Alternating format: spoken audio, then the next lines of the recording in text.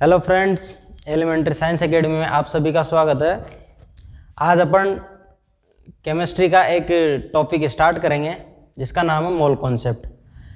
ये एक basic chapter है जो इनऑर्गेनिक, ऑर्गेनिक, फिजिकल सब में ही कंसिडर किया हुआ है। ये कहीं ना कहीं एक दूसरे में इंटर रिलेट है।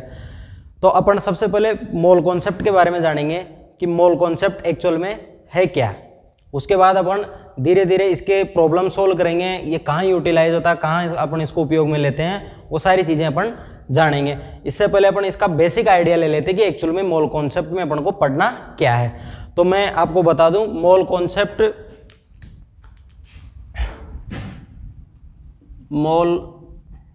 कॉन्सेप्ट इसको अपन बोलते हैं मोल अवधारणा। ये 11th क्लास का एक बेसिक चैप्टर है जो अपने 11th में ही स्टार्ट हो जाता है। ये इसका बेसिक आइडिया अपन आज जानेंगे कि एक्चुअल में होता क्या है। तो मैं इसके अंदर जाने से पहले मैं कुछ टर्म्स हैं वो आपको बता देता हूँ जो अपने काफ़ी हेल्प करेगी आगे जो भी अपन यूनिट कन्वर्जन सीखेंगे, क्योंकि यूनिट कन्वर्जन आना बहुत ही ज़रूरी है मोल कॉन्सेप्ट में। तो सबसे पहले अपन ये देखते हैं कि एसआई पद्धति है अपने यहाँ पे, उसने 7 मात्रक फिक्स कर रखे हैं जिनको अपन बोलते हैं मूल मात्रक। 7 मात्रक फिक्स कर रखे हैं, उनको अपन मूल मात्रक बोलते हैं। तो सबसे पहले अपन उनको एक टेबल में अरेंज कर लेते हैं कि 7 मात्रक कौन से हैं, फिर बाद में देखेंगे कि इनसे कौन से व्युत्पन्न होते हैं। एक बार इनका मात्रक का आइडिया अपन को मिल जाए, उसके बाद अपन प्रॉब्लम सोल्व करेंगे ताकि अपन को यूनिट कन्वर्जन में दिक्कत नहीं आए। तो सबसे पहले मैं आपको बता दूं, जो अपनी एसआई पद्धति है, एसआई पद्धति में 7 मात्रक फिक्स कर रखे हैं। कौन कौन से? फर्स्ट पे हैं द्रव्यमान, जिसको अपन मास बोलते हैं और इसको एम से डिनोट करते हैं। एम से इसको दर्शाते हैं।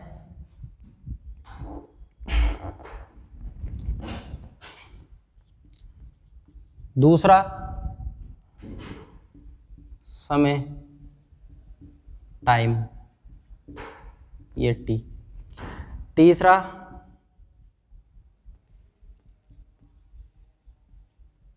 विद्युत धारा,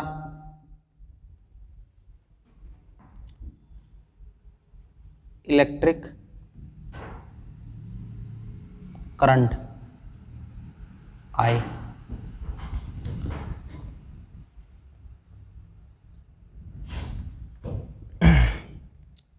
और 4 नंबर पे है अपना विद्युत धारा, उसके बाद में ज्योति तीव्रता,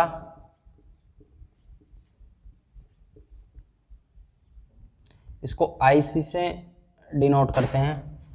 और 5th नंबर पे है अपना लंबाई, जिसको अपन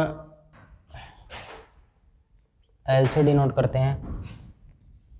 और 6th नंबर पे है अपना ताप, जिसको अपन टी से डिनोट करते हैं। द्रव्यमान, इसको मास बोलते हैं, एम से इसको डिनोट करते हैं। समय, टाइम, इसको टी से डिनोट करते हैं। विद्युत धारा, इसको आई से डिनोट करते हैं। और ज्योति तीव्रता, इसको आई से डिनोट करते हैं। और लंबाई एल, ताप टी। एक बच गया जिससे अपन पदार्थ की मात्रा, एक बच गया, कौन सा? यही मेंशन कर देता हूं मैं इसको। 7 पे हैं पदार्थ की मात्रा, जिसको अपन बोलते हैं, इसको एन से डिनोट करते हैं, इसको बोलते हैं अपन क्या? मोल। ये बेसिक जानना जरूरी था क्योंकि मोल यहीं से निकला है और तो अपन यहाँ पे काम आने वाला है। मोल कॉन्सेप्ट में मोल ही काम में आएगा, तो ये जानना जरूरी था कि ये फिक्स कर रखा है एसआई पद्धति ने मोल। तो अपन इसके वो देख लेते हैं कि इसको किससे मेजरमेंट करते हैं और इसका मात्रक क्या होता है। द्रव्यमान को केजी, द्रव्यमान का मात्रक जो होता है वो केजी होता है। टाइम इसका सेकंड होता है, विद्युत धारा इसका एम्पियर होता है, और ज्योति तीव्रता इसका होता है कैंडेला, जिसको बोलते हैं सीडी कैंडेला। लंबाई है मीटर, टेम्परेचर है केल्विन, और पदार्थ की मात्रा मोल, इसको मोल से ही डिनोट करते हैं, पदार्थ की मात्रा को मोल से डिनोट करते हैं कि पदार्थ की मात्रा मोल में कैसे होगी। तो ये अपने 7 बना रखे हैं एसआई पद्धति ने मानक मात्रक, वो अपन ने देख लिया है। इसके बाद अपन देखते हैं कुछ 3-4 डेरिवेटिव है इनके, जैसे क्षेत्रफल है, आयतन है, घनत्व है, ये दाब है, ये अपने यूटिलाइज होते हैं केमिस्ट्री में। तो इनको भी एक बार ऊपर से ब्रीफली देख लेते हैं अपन कि होता क्या है ये।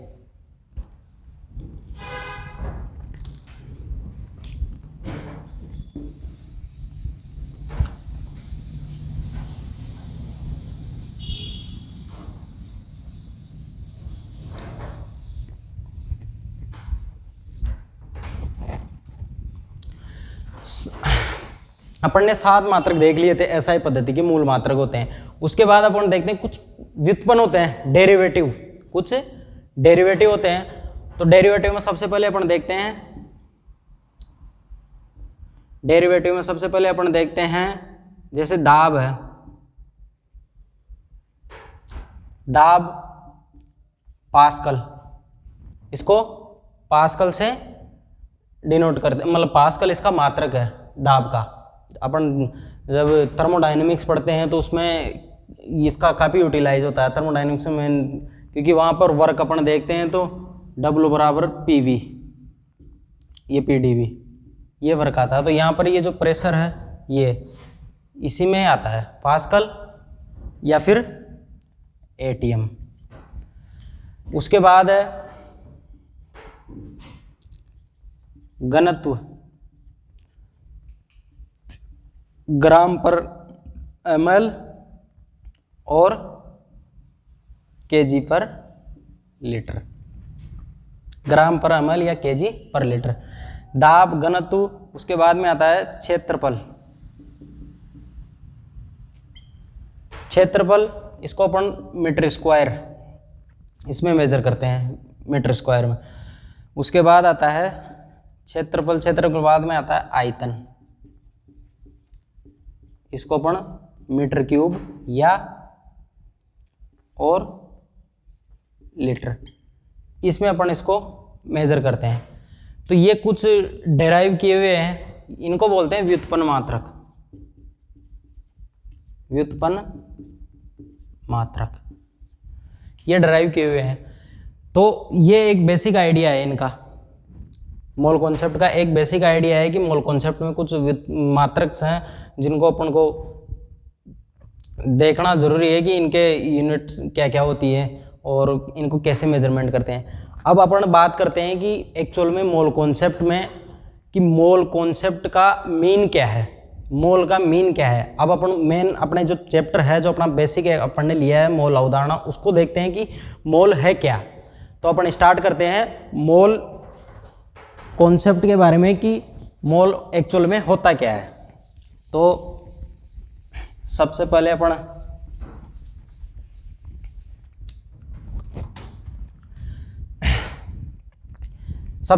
देखते हैं कि मोल के बारे में।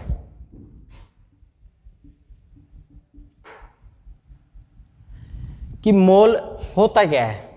मोल एक थिंक है, जैसे अपन बोलते हैं कि एक दर्जन में 12 वस्तु आती है, एक दर्जन में 12 वस्तु आती है, ऐसे ही मोल है। मोल का मतलब क्या है कि 6.023 इंटू 10⁻23 कुछ भी, जैसे मान लो अणु और परमाणु और इलेक्ट्रॉन और प्रोटॉन एटसेट्रा, कुछ भी, कोई सा भी थिंग कुछ भी मान सकते हैं। 1 मोल 1 मोल पैसे, उसका मतलब है 6.023 इंटू 10⁻23। 1 मोल केले, उसका मतलब भी यही है। 1 मोल संतरा, उसका मतलब भी यही है। तो अपन कुछ भी मान सकते हैं, बस इतनी क्वांटिटी होगी उसमें, 6.023 इंटू 10⁻23। एक्चुअल में इसका मीन ये होता है, मोल का मीन। लेकिन बहुत सौ के माइंड में सवाल भी आता है कि 1 मोल में ये इतना ही अमाउंट क्यों रहता है। ये सबसे बड़ी एक कंफ्यूजन रहती है स्टूडेंट्स के माइंड में कि 1 मोल में इतना ही क्यों रहता है, 1 मोल में इतना ही क्यों रहता है। इसको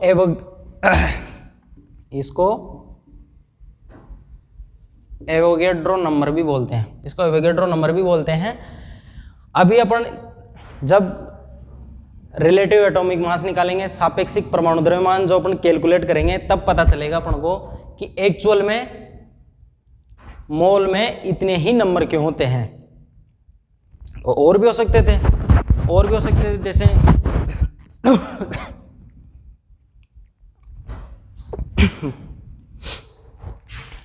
जैसे 5.62 इंटू 10⁻25, ये भी हो सकता था। अपन कुछ भी मान सकते थे, लेकिन यही क्यों माना, उसका रीजन अपन अभी जानेंगे।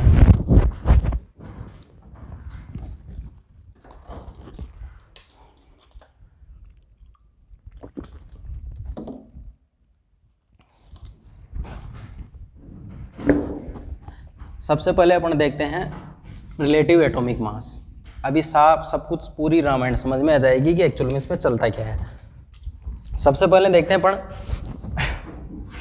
कुछ टर्म्स हैं जो अपन को मोल कॉन्सेप्ट में जानना जरूरी है। इनका अगर मतलब समझ में आ गया तो सारी मोल कॉन्सेप्ट समझ में आ जाएगी इसमें चलता क्या है। सबसे पहले रिलेटिव एटॉमिक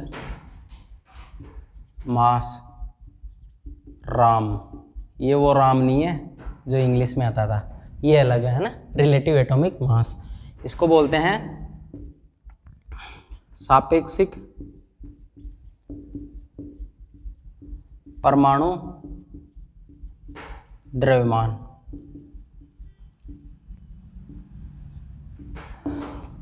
सापेक्षिक परमाणु द्रव्यमान, इनके पीछे की एक कहानी है कि पहले अपन जब अपने पास इक्विपमेंट नहीं थे, इतने इक्विपमेंट नहीं थे कि अपन किसी भी एलिमेंट का अपन मास डिटेक्ट कर सके, तो उस टाइम पे सबसे पहले कार्बन 12 को रेफरेंस माना गया था। मान और को भी सकते थे, कोई दिक्कत नहीं है, मान और को भी सकते थे, इससे कोई दिक्कत नहीं है, लेकिन रेफरेंस कार्बन 12 को ही माना गया था। क्यों? क्योंकि इसकी नेचुरल अबंडेंस अच्छी है, इसके आइसोटोप है उनकी अबंडेंस बहुत ही कम है। जैसे कार्बन 12 है, कार्बन 30 है, कार्बन 40 है। जो कार्बन 40 है उनकी अबंडेंस बहुत ही कम रहती है, बहुत ही कम। कार्बन 12 है, इसकी अबंडेंस नेचुरली सबसे ज़्यादा रहती है, इसीलिए कार्बन 12 को चुना गया है इसमें। तो सापेक्षिक द्रव्यमान, जो सापेक्षिक परमाणु द्रव्यमान है, वो अपन कैलकुलेट करते हैं किसी को रेफरेंस मान के, यानी किसी को सापेक्ष मानना पड़ेगा। तो इसमें माना गया है सापेक्ष किसको? कार्बन 12 को, कार्बन 12 को माना गया है। तो एटॉमिक मास, अपन रिलेटिव एटॉमिक मास जो सापेक्षिक परमाणु द्रव्यमान है, अपन वो कैसे निकालते हैं? रिलेटिव एटॉमिक मास अपन कैसे निकालते हैं कि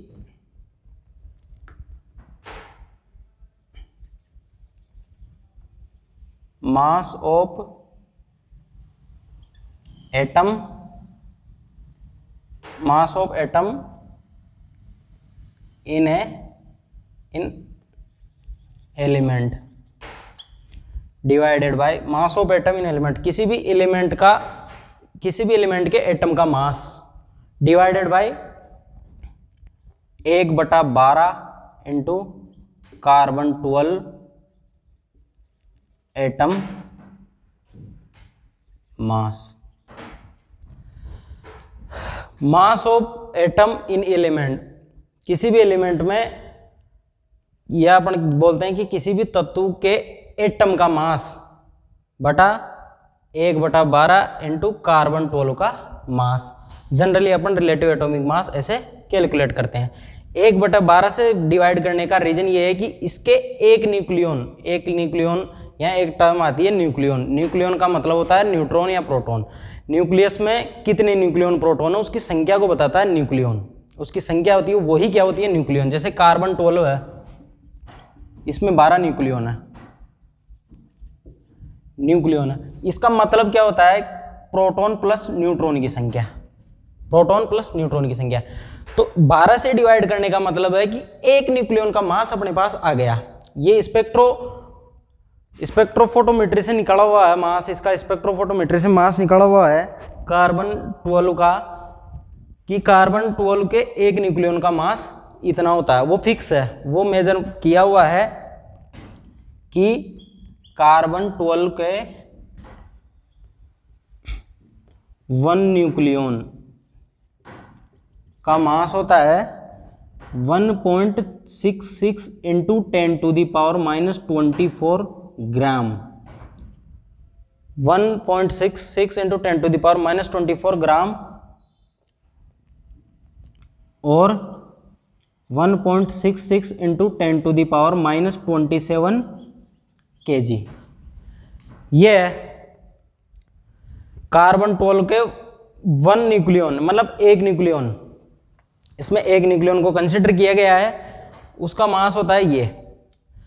तो यहां से अपन रिलेटिव एटॉमिक मास से अपन यहां पर कोई भी जो पीरियोडिक टेबल में जो भी एलिमेंट है उनका यहां पे मास रखकर अपन यहां से कैलकुलेट कर सकते हैं, रिलेटिव एटॉमिक मास यहां से निकाल सकते हैं।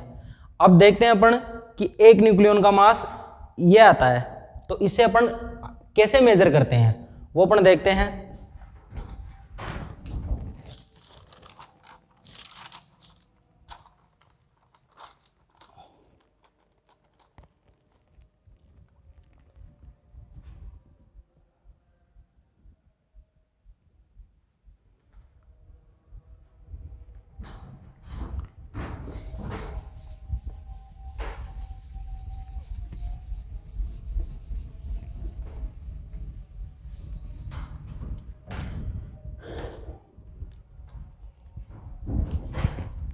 अपन ने देखा था रिलेटिव एटॉमिक मास, देखा था अपन ने। उसमें अपन ने क्या देखा था कि मास ऑफ एटम। अब एटम में किसका मास देखेंगे न्यूक्लियन का। न्यूक्लियन में क्या होते हैं न्यूट्रॉन और प्रोटॉन। तो अपन ऐसे लिख सकते हैं total number of nucleon, total number of nucleon into 1 nucleon का मास। रिलेटिव एटॉमिक मास में अपन ऊपर लिखा था कि मास ऑफ एन एटम मतलब एक एटम का मास। तो एक एटम का मास मतलब उसमें टोटल कितने न्यूक्लियन है। भाई अपन एटम में क्या देखते हैं न्यूक्लियर और प्रोटॉन देखते हैं, न्यूट्रॉन और प्रोटॉन देखते हैं। इन न्यूट्रॉन और प्रोटॉन को ही अपन बोलते हैं न्यूक्लियन। अब न्यूट्रॉन और प्रोटॉन के मास को ही कंसिडर करते हैं अपन। तो न्यूट्रॉन और प्रोटॉन के मास को कंसिडर करते हैं तो अपन ने क्या लिख लिया कि टोटल नंबर ऑफ न्यूक्लियन मतलब उसमें न्यूट्रॉन और प्रोटॉन कितने हैं इनटू 1 न्यूक्लियन। भाई एक न्यूक्लियन का इतना है तो इतने का कितना होगा, वो यूनिटरी मेथड है। Divided by 1 into 12 into carbon 12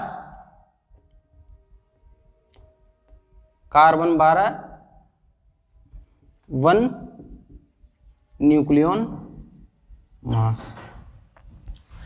अब अपन ने ऊपर भी मास लिखा है नीचे भी मास लिखा है, तो यहां से अपन को यह पता चलता है कि रिलेटिव एटॉमिक मास है वो यूनिटलेस क्वांटिटी है, मतलब इसका कोई मात्रक नहीं होता। तो सबसे पहले अपन को यही लिखना है कि जो रिलेटिव एटॉमिक मास है वो क्या है मात्रक विहीन, या अपन इसको बोलते हैं यूनिटलेस।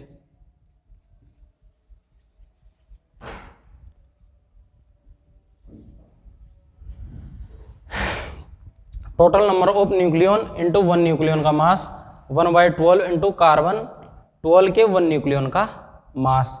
अपन इससे मेजर कर लेते हैं आसानी से कि रिलेटिव एटॉमिक मास ये निकल के आता है। अब एक और टर्म आती है यहाँ पे, एटॉमिक मास यूनिट। उसको भी अपन जानते हैं कि एक्चुअल में एटॉमिक मास यूनिट क्या होती है।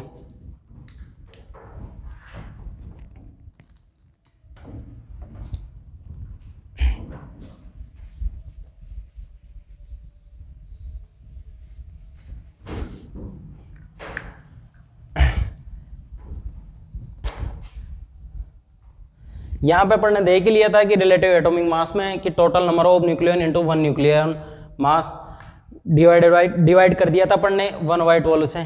और अगर अपन और इसको सिंप्लीफाई करें तो इसको ऐसे लिख सकते हैं अपन कि total number of nucleon into one nucleon mass divided by 1/12 into carbon 12 के 1 न्यूक्लियन, यानी कार्बन 12 मतलब इसमें 12 न्यूक्लियन है, उसका भी 1 न्यूक्लियन अपन ने लिया ही था पहले भाई, स्पेक्ट्रोफोटोमेट्री से अपन निकालते कि 1 न्यूक्लियन का मास निकाला था।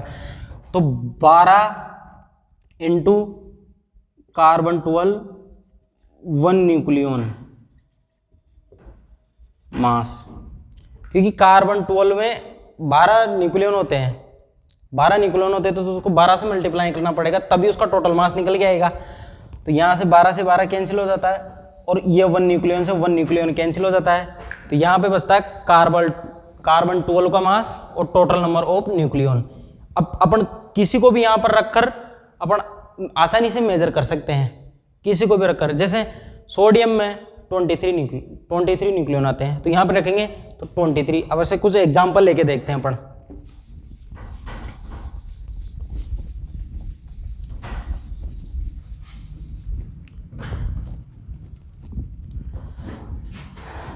जैसे सोडियम 23 है, इसमें न्यूक्लियन 23 है, 23 क्या है न्यूक्लियन, 23 न्यूक्लियन है। तो इसको अपन जब रिलेटिव एटॉमिक मास इसका कैलकुलेट करते हैं तो 23 आता है। कार्बन 12 को रेफरेंस मान के अपन कैलकुलेट करते हैं तो वो 23 आता है। आपको डिफिकल्टी होती होगी इनको याद करने में, तो इसका कोई सॉल्यूशन नहीं है। 30 तक तो आपको याद होने ही चाहिए, 30 तक तो नहीं फिर भी, लेकिन 20 तक तो कंपलसरी है। 20 तक तो 10 तक ही आ जाता है, 10th क्लास का बच्चा भी याद करने लग जाता है। तो 11 12 और नीट जेईई वालों को तो आसानी से 20 तक तो याद रहना ही चाहिए कि इनका एटॉमिक मास, एटॉमिक नंबर और एटॉमिक मास दोनों जरूरी है।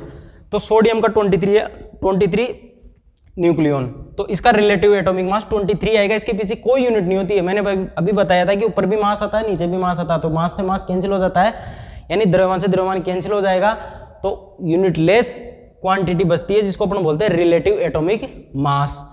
रिलेटिव एटॉमिक मास सोडियम का अपन देखते हैं तो 23 आता है। जैसे ऑक्सीजन का है 16, तो इसका आएगा 16, इसका 16 आएगा। जैसे कैल्शियम है, कैल्शियम का 40, इसका 40 होता है, तो 40 इसका रिलेटिव एटॉमिक मास आएगा। अब अपन डिस्कस करते हैं atomic mass unit. Relative atomic mass तो हो गया, इसके बाद आती है एक एटॉमिक मास यूनिट जिसको अपन बोलते हैं परमाणु द्रव्यमान इकाई। वो एक जानना जरूरी है, वहीं से पता चलेगा अपन को कि एक्चुअल में जो अपन ने भी देखी थी अवोगाड्रो नंबर जो अपन ने देखा था उसका मान इतना ही क्यों होता है, वो अपन को एक्चुअल में पता चल जाएगा भी।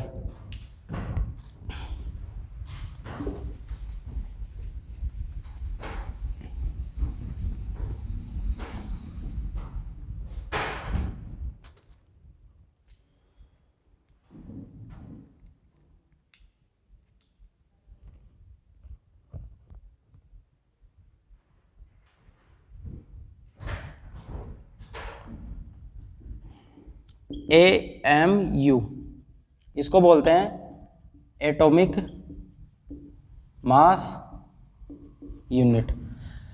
इसका मतलब क्या होता है, एटॉमिक मास यूनिट वो रिलेटिव एटॉमिक मास से ही निकल के आई है, बस इसको थोड़ा सिंप्लीफाई करने के लिए अलग से मैंने डिस्कस किया है, बाकी वहीं से निकल के आई है।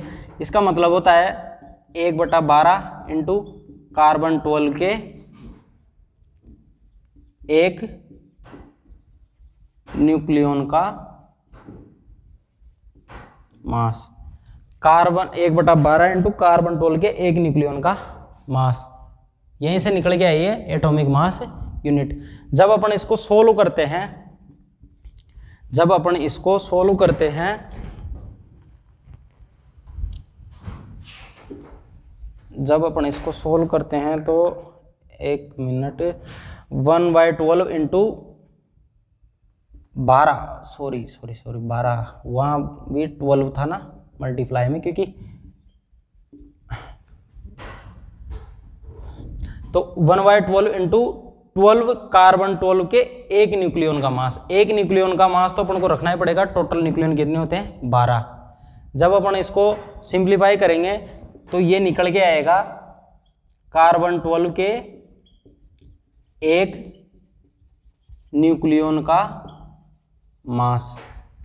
एक्चुअल में एटॉमिक मास यूनिट का ये तो थोड़ा मैथमेटिकल किया हुआ है, पहले इसका सापेक्षिक निकालते हैं तब देखते हैं कि पहले अपन को मेजरमेंट करना पड़ेगा कि कार्बन 12 में 12 होते हैं, कार्बन 12 में 12 न्यूक्लियन होते हैं। अब 12 न्यूक्लियन का तो अपन ने निकाल लिया, लेकिन एक न्यूक्लियन का कैसे निकालेंगे, 12 से डिवाइड कर दो। तो 12 से डिवाइड करने के बाद अपने के पास आ गया एक न्यूक्लियन का। बात वहीं पे आती है कि कार्बन 12 के एक न्यूक्लियन का मास, यही क्या होता है, एटॉमिक मास यूनिट होता है। जब अपन इसको सोल्व करते हैं तो ये निकल के आता है 1.66 इंटू 10⁻24 ग्राम, और केजी में पर डिनोट करें तो 1.66 इंटू 10⁻27 केजी।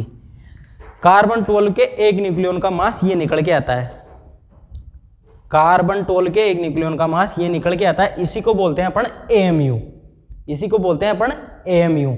इसका मात्रक अपन ने ग्राम में भी देख लिया, ग्राम में -24 होता है और केजी में -27 तक जाता है।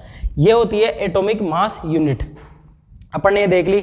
अब अपन ये जानेंगे कि यहां से जो अपना एवोगैड्रो नंबर है वो कैसे ड्राइव हुआ है।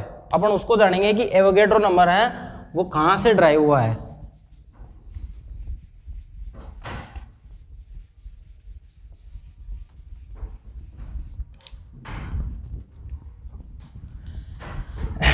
अपन ने रिलेटिव एटॉमिक मास देख लिया, एटॉमिक मास यूनिट देख ली।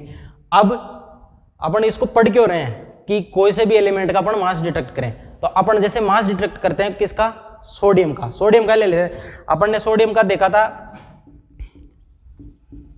इसका रिलेटिव एटॉमिक मास अपन ने देखा था 23 था, क्योंकि जो जितने नंबर और जितने न्यूट्रॉन और प्रोटॉन का नंबर होता है वही क्या होता है, उसका रिलेटिव एटॉमिक मास होता है। अब रिलेटिव एटॉमिक मास अपन ने मेजर कर लिया, उसके बाद एटॉमिक मास भी अपन ने मेजर कर लिया। एटॉमिक मास मेजर करने के बाद अपन ने देखा कि कार्बन के एक न्यूक्लियन का मास इतना होता है। अब जब अपने पास एक न्यूक्लियन का मास आ गया, अब एक न्यूक्लियन मिनिमम, न्यूक्लियन तो रहेगा ही रहेगा, प्रोटॉन एक प्रोटॉन तो रहेगा ही रहेगा, हाइड्रोजन से स्टार्ट होता है, एक प्रोटॉन तो रहेगा। अब जब अपन ने एक बेस लेवल पे अपन ने एक फिक्स कर लिया क्या, कि एक न्यूक्लियन का मास होता है 1.66 इंटू 10⁻24 ग्राम, या फिर 1.66 इंटू 10⁻27 केजी। ये फिक्स कर लिया अपन कि एक न्यूक्लियन का, अब ये एक न्यूक्लियन का मास कोई सा भी एटम हो उसमें सेम रहेगा। बस शर्त क्या है कि अगर उसमें न्यूट्रॉन प्रोटॉन चेंज हो रहे हैं तो उससे मल्टीप्लाई कर दो, क्योंकि जब एक का ही आ गया तो ज्यादा का आ जाएगा। बात वही है कि 2 रुपए का एक पेन आता है, तो 1 रुपए का कितना पेन आएगा, आधा। समझ में आ रही है बात, ऐसा ही है, यूनिटरी मेथड है, सेम वही है कि एक न्यूक्लियन का मास होता है 1.66 इंटू 10⁻24 ग्राम। तो 2 न्यूक्लियन का कितना होगा, 2 इंटू 10⁻, जो भी इसको 1 न्यूक्लियन की जो भी वो वैल्यू से अपन मल्टीप्लाई कर देंगे इसको, तो सिंपली आ जाएगा अपना। अपन इसको देखते हैं, 23 इंटू 1 न्यूक्लियन का मास अपन ने मेजर किया था अभी कितना, 1.66 इंटू 10⁻24 ग्राम, ये मेजर किया था अपन ने। अब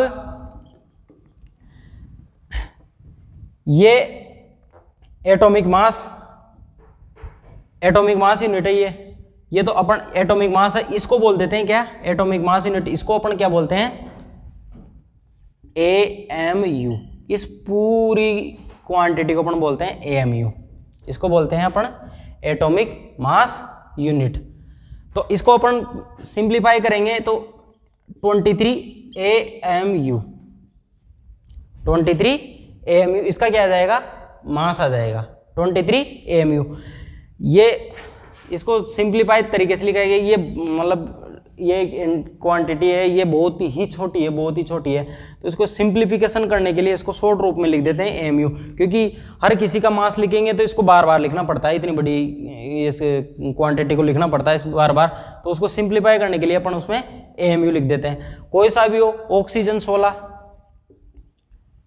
इसमें देखते हैं तो इसका 16 रिलेटिव एटॉमिक मास निकल के आता है। तो इसको अपन 1.66 इंटू 10⁻24 ग्राम से मल्टीप्लाई कर देंगे। तो अपन को पता है कि 1.66 इंटू 10⁻24 ग्राम क्या है, AMU। तो अपन इसको कैसे लिख देंगे, 16 AMU। तो अपन ने जाना है कि बेसिक कि रिलेटिव एटॉमिक मास क्या होता है। रिलेटिव एटॉमिक मास के बाद अपन ने देखा है कि एटॉमिक मास यूनिट क्या होती है। अपन ने देख लिया था कि सोडियम का जब अपन मास मेजर करते हैं एटॉमिक मास यूनिट में, तो वो निकल के आता है 23 इंटू 1.66 इंटू 10⁻24 ग्राम। ये डिजिट अपन मास निकाल रहे हैं एक एटम का, अपन मास निकाल रहे हैं एक एटम का। तो ये डिजिट है, इसको अपन एक स्पेसिफिक मतलब एक विशिष्ट नाम दे देते हैं, जिसको बोलते हैं अपन क्या, AMU। और इसको U से भी डिनोट कर देते हैं, यूनिफाइड मास भी बोलते हैं इसको, सिंपल अपन AMU से इसको डिनोट करते हैं। अब अगर अपन एटॉमिक मास यूनिट की टर्म में लिखें तो मास आएगा 23 AMU और 23 U, 23 AMU और 23 U।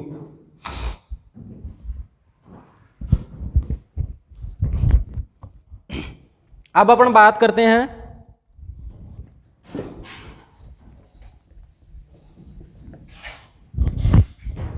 अब एक और नई टर्म है जिसकी अपन बात करते हैं, वहीं से निकल के आता है अपना जो मेन मोल कॉन्सेप्ट है अपना, उसमें जो मोल है वो वहीं से निकल के आता है। एक नई टर्म है जिसको बोलते हैं अपन ग्राम एटॉमिक मास, ग्राम परमाणविक द्रव्यमान। यानी अपन ने एटम का मास काय में मेजर किया था पहले, AMU में, तो उसको अपन बोलते हैं AMU, एटॉमिक मास यूनिट।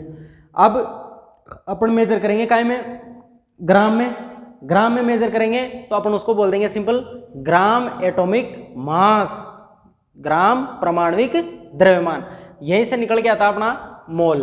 अपन मेजर करते हैं ग्राम परमाणविक द्रव्यमान, ग्राम परमाणविक द्रव्यमान, या इसको बोलते हैं ग्राम एटॉमिक मास, और शॉर्ट फॉर्म में इसको GAM, ग्राम परमाणविक द्रव्यमान या ग्राम एटॉमिक मास। अब अपन ने एटॉमिक मास यूनिट में मेजर कर लिया, एक एटम एग्जिस्ट नहीं करता, यह डाल्टन थ्योरी में बताया गया है कि एक एटम एग्जिस्ट नहीं करता। तो अपना एटॉमिक मास यूनिट का तो कोई एग्जिस्टेंस है ही नहीं, वो तो सिंपल अपन ने मेजर कर लिया एक का कि ये होता है AMU का कि 1.66 इंटू 10⁻24 ग्राम होता है। अब अपन बात करते हैं कि जब एक एटम एग्जिस्ट नहीं करता तो आगे अपन कौन सी टर्म यूज में लें कि अपना जो मास है वो अच्छे से डिफाइन हो जाए। तो अपन देखते हैं, जैसे अपन सोडियम 23 का ही ले लेते हैं एग्जाम्पल। अपन ने लिखा था 23 इंटू 1.66 इंटू 10⁻24 ग्राम। 23 इंटू 1.66 इंटू 10⁻24 ग्राम ये अपन ने एक एटम का लिखा था, यानी एटॉमिक मास यूनिट अपन ने ये मेजर कर लिया था, अपन को पता है कि ये एग्जिस्ट नहीं करता। तो यहां से एक टर्म निकल के आती है, कौन सी? Avogadro number. अब पता चलेगा कि एवोगैड्रो नंबर का जो मान होता है वो 6.23 × 10⁻23 ही क्यों होता है, वो यहां से पता चल जाएगा। इस टर्म को रिड्यूस करने के लिए, क्योंकि हर एक एटम के मास को अपन कैलकुलेट करते हैं तो उसके साथ आती है टर्म, ये टर्म हर एक के साथ आती। इस टर्म को रिड्यूस करने के लिए मल्टीप्लाई किया जाता है Na से। कैसे? देखना जरा।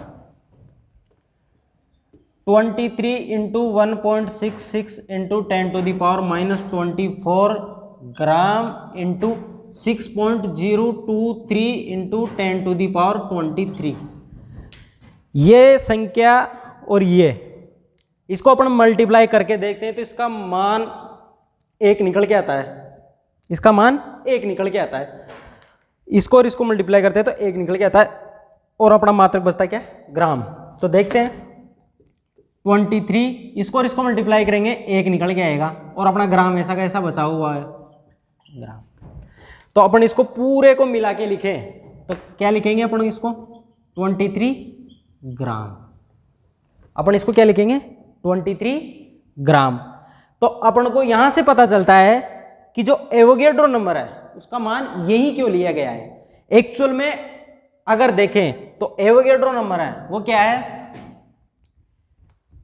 एवोगैड्रो नंबर है जो इसका 1/Na का जो मान है एवोगैड्रो नंबर का, जो 1/Na है वो मान इसके बराबर ही आता है, यानी 1 AMU,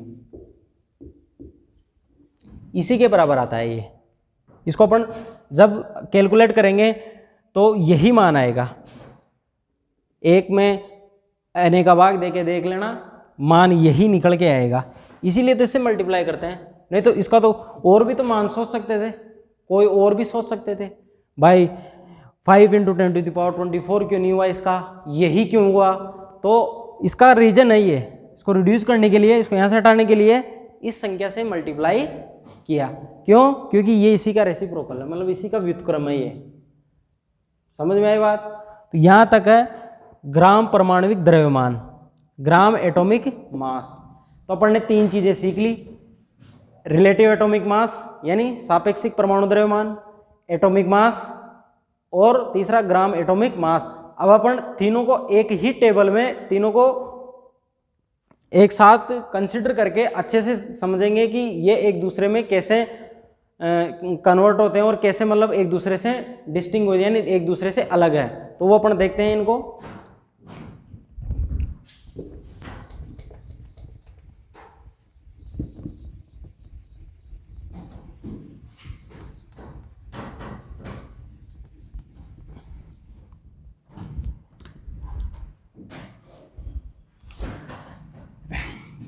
जैसे यहाँ पे अपन ने ले लिया रिलेटिव एटॉमिक मास, यहाँ ले लिया अपन ने AMU और U, यूनिफाइड मास भी होता है ये, एटॉमिक मास यूनिट भी बोलते हैं इसको। और यहाँ ले लेते हैं अपन 1 मोल, यहाँ ले लेते हैं अपन 1 मोल। अब देखते हैं अपन एग्जाम्पल लेके, फर्स्ट एग्जाम्पल लेते हैं अपन मैग्नीशियम 24। रिलेटिव एटॉमिक मास निकालेंगे। मैंने क्या बताया था, रिलेटिव एटॉमिक मास क्या होता है कि वह एटम जिसमें कितने न्यूक्लियन और प्रोटॉन है, वही उसका क्या है, रिलेटिव एटॉमिक मास। कोई सा भी हो सीधा वही लिखना अपन को, रिलेटिव एटॉमिक मास क्या है 24। इसकी कोई यूनिट नहीं होती क्योंकि ऊपर नीचे मास से डिवाइड करते हैं। तो जो मास कोई से भी उसमें रखोगे आप, ग्राम में या केजी में, कुछ में तो केजी से केजी या ग्राम से ग्राम कैंसिल हो जाएगा, तो इसकी कोई यूनिट नहीं होती। Atomic mass unit 24 AMU, 24 AMU। या फिर अपन इसको लिखेंगे 24 × 1.66 × 10⁻⁻24 ग्राम। ऐसे भी लिख सकते हैं, लेकिन ऐसा अपन बार बार लिखेंगे तो थोड़ा डिफिकल्ट रहता है, तो इसको सिंप्लीफिकेशन तरीके से ऐसे ही लिखते हैं। ठीक है। अब 1 मोल 24 ग्राम। अब पता चल रहा है तीनों में 24 कोई मात्रक नहीं, 24 AMU, 24 AMU atomic mass unit, 24 ग्राम। ये एक एटम का मास है, ये Na एटम का मास है, ये एक एटम का मास है और ये Na atom means 6.023 into 10⁻23 atom का मास है। ये कितने का मास है? ये तो एक एटम का मास, ये सॉरी ये तो 24 ग्राम है, ये N एटम का मास है। कितने एटम है इसमें? 6.023 इंटू 10⁻23, इतने एटम है। तो इसमें अपन को फर्क पता चल गया कि ये एक दूसरे से कैसे डिफरेंट है। और एक एग्जांपल लेते हैं अपन, कोई सा भी ले लेते हैं, जैसे ऑक्सीजन 16 है, इसको लिखेंगे तो 16 AMU और ये 16 ग्राम।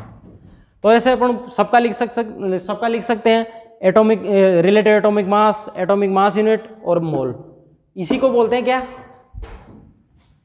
Gram atomic mass, GAM। इसी को बोलते हैं अपन ग्राम एटॉमिक मास। समझ में आई बात? तो ये सिंपल है, इसको नोट करिए और फिर अपन बाद में देखते हैं और क्या क्या है।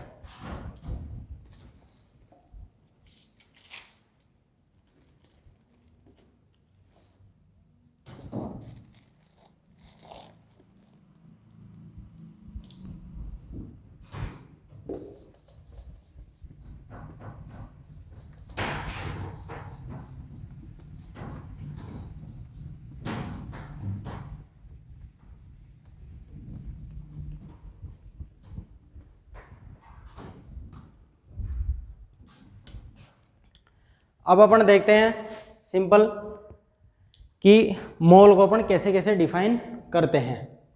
तो जनरली अपन ने देखा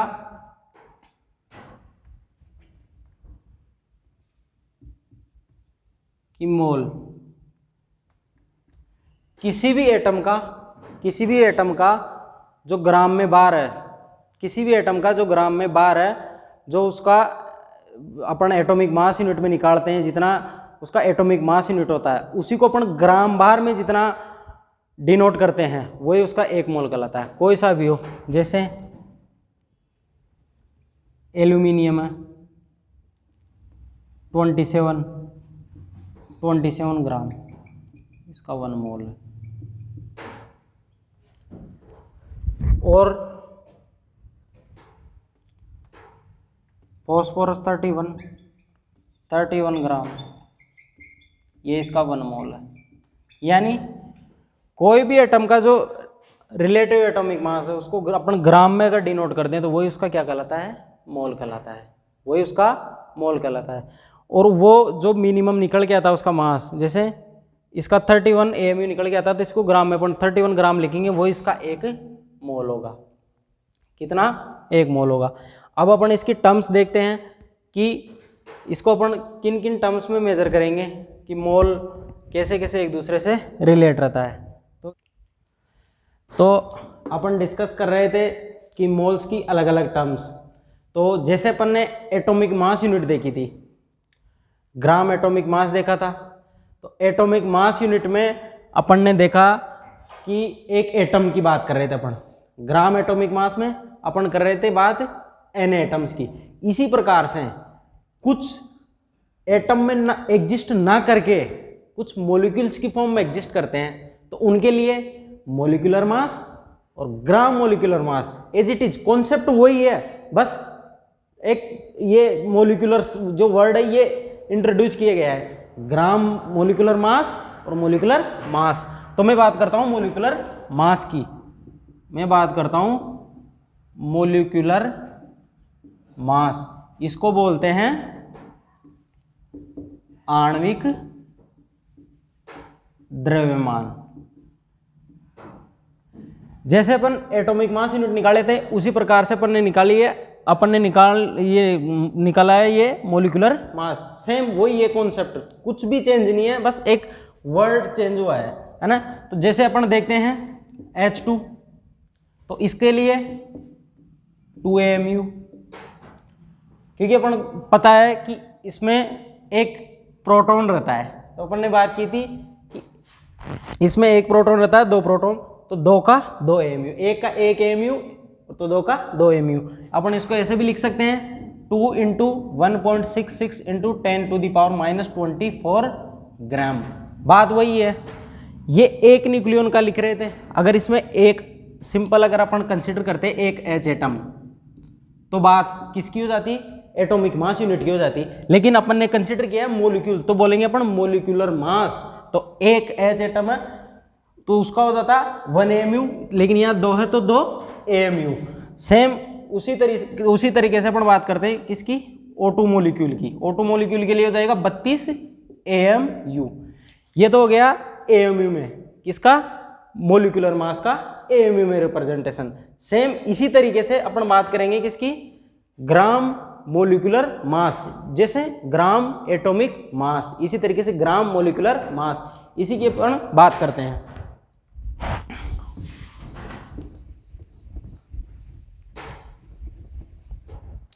तो अपन बात करते हैं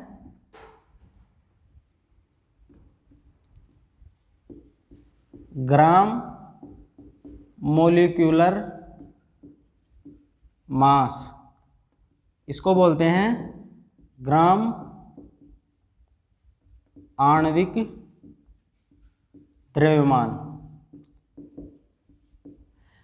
इसमें क्या करेंगे, जिस तरीके से अपन एटॉमिक मास यूनिट से अपन निकाले थे क्या, ग्राम एटॉमिक मास, उसी तरीके से मोलिकुलर मास से अपन निकालेंगे ग्राम मोलिकुलर मास। कॉन्सेप्ट वही है, Na से मल्टीप्लाई करना, जिस तरीके से उसमें किया था वही इसमें करना। जैसे H2 है, इसका निकाला था 2 AMU निकाला था, तो इसी को अपन अगर कन्वर्ट करेंगे काय में, मोलिकुलर ग्राम मोलिकुलर मास में, तो इसको Na से मल्टीप्लाई करना पड़ेगा। तो क्या करेंगे, 2 इंटू 1.66 इंटू 10⁻⁻24 ग्राम, ये तो AMU की वैल्यू आ गई। अब इसको मल्टीप्लाई करेंगे कहीं से, Na से 6.023 इंटू 10⁻23। तो मैंने आपको पहले भी बताया था कि इसका और इसका मल्टीप्लिकेशन करते हैं अपन, तो एक इसकी एक वैल्यू आती है, सिर्फ एक। तो इसको और इसको मैं 1 से रिप्लेस कर सकता हूं, इसको यहां से हटा सकता हूं, तो बचेगा क्या, ग्राम। तो मैं इसको ऐसे लिख सकता हूं 2 इंटू इसको और इसको मल्टीप्लाई करूंगा तो 1 आएगा, इसको लिख सकता हूं मैं ग्राम। तो मैं इसको सिंप्लीफिकेशन तरीके से ऐसे लिख सकता हूं 2 ग्राम।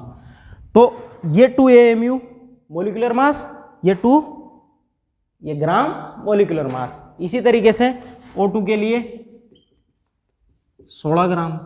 सेम कॉन्सेप्ट यही है, इसी तरीके से करना, Na से मल्टीप्लाई करना। तो ये अपना था सिंपल मोल कॉन्सेप्ट का एक ब्रीफली बेसिक इंट्रोडक्शन था कि atomic mass, relative atomic mass, molecular mass, gram molecular mass, gram atomic mass कैसे डिफाइन करते हैं। बाकी जो इसका टॉपिक बचा हुआ है न्यूमेरिकल पोर्शन, वो अपन करते हैं नेक्स्ट अगली क्लास में। Thank you.